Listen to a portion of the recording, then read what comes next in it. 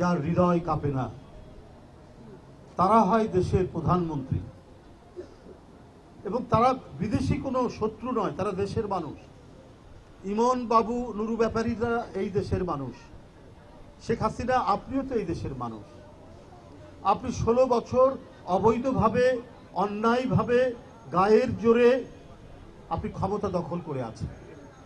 আপনার নির্বাচন, এটা যে পাতানো নির্বাচন হতো, জোর করে একতরফা নির্বাচন, সেই নির্বাচনে আপনি ক্ষমতা দখল করেছিলেন, সিলমোহর করে নিয়েছিলেন, মৌরুসি পাট্টা করে নিয়েছিলেন চিরদিনের জন্য, যে আপনি ক্ষমতা থেকে যাবেন না। দেশ নায়ক বা রাষ্ট্র যারা পরিচালনা করেন, রাষ্ট্রনায়ক যারা হন, তাদের তো নিজের জনগণের প্রতি দরদ থাকে, তারা নিজের জনগণের কল্যাণের জন্য কাজ করে।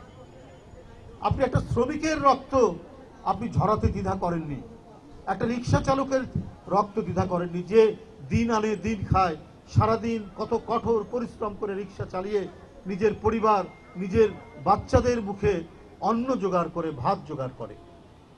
আপনার ক্ষমতা দরকার কেন? আপনি নিজেই বলেছেন আপনার পিয়ন সে নাকি 400 কোটি টাকা এর মধ্যে সে দুর্নীতি করেছে। কি করেছে আপনার পিয়ন? 400 কোটি টাকা আত্মসাৎ করছে, আপনি টের পাননি? আবার জনগণের সাথে ঠাট্টা করে, মস্করা করতে গিয়ে আপনি আবার সেটা ফলাও করে আপনি বলেন সে হেলিকপ্টার দিয়ে বাড়ি যায়। এটাও তিনি প্রধানমন্ত্রী নিজের মুখে এটা বলছেন।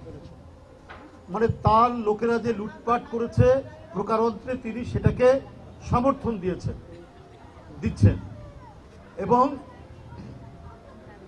তারা যে বিভিন্ন মেগা প্রজেক্ট, ওই যে মেট্রো রেল বলেছে না, তার ফ্লাইওভার, এগুলো দিয়ে আমরা বলেছিলাম যে অনেক টাকা তারা বিদেশে পাচার করেছে। তো সেটা তো সত্য হলো।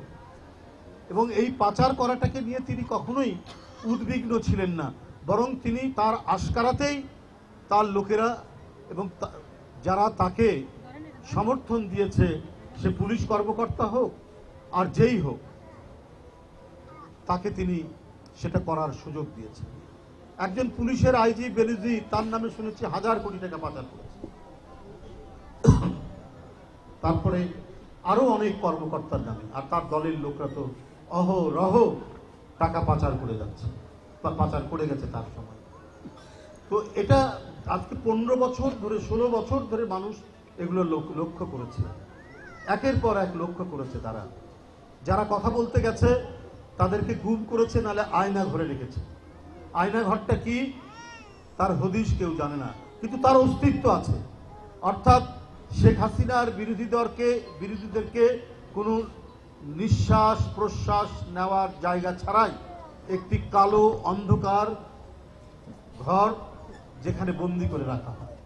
এটা আমার কথা নয়, এই আয়নাঘর আন্তর্জাতিক একটি গণমাধ্যম আল জাজিরা থেকে এই কথাগুলি বলা হয়েছে।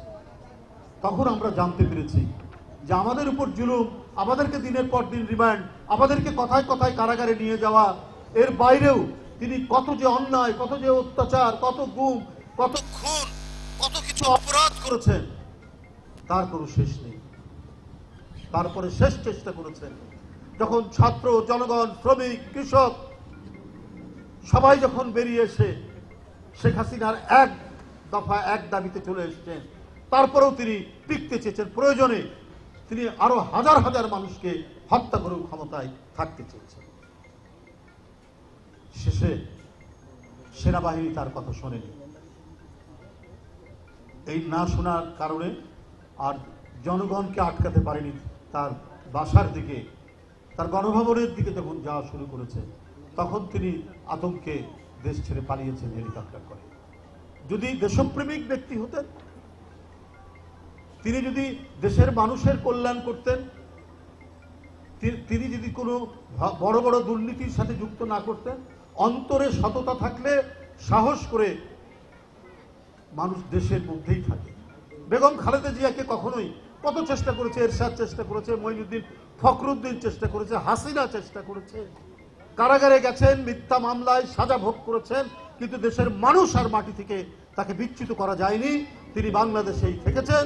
তার শরীরে নিপীড়ন, নির্যাতন, অসুস্থতা সৃষ্টি হয়েছে, তাকে মারাত্মক রোগে শোকে ভোগানো হয়েছে, তারপরেও তার জনগণকে তিনি প্রতারিত করে দেশ ছেড়ে যাননি। এটাই হলো দেশপ্রেমিক নেতা নেত্রীর বৈশিষ্ট্য, যেটা বেগম খালেদা জিয়া রচনা করেছেন, তৈরি করেছেন। শেখ হাসিনার অতীত ইতিহাসও পালানো, এখনো তিনি পালিয়ে চলে গেছেন, কারণ এত অন্যায় করেছেন, এত অন্যায্য কাজ করেছেন, এত অপরাধ করেছেন, তার কোনো শেষ নাই বন্ধুরা আমার।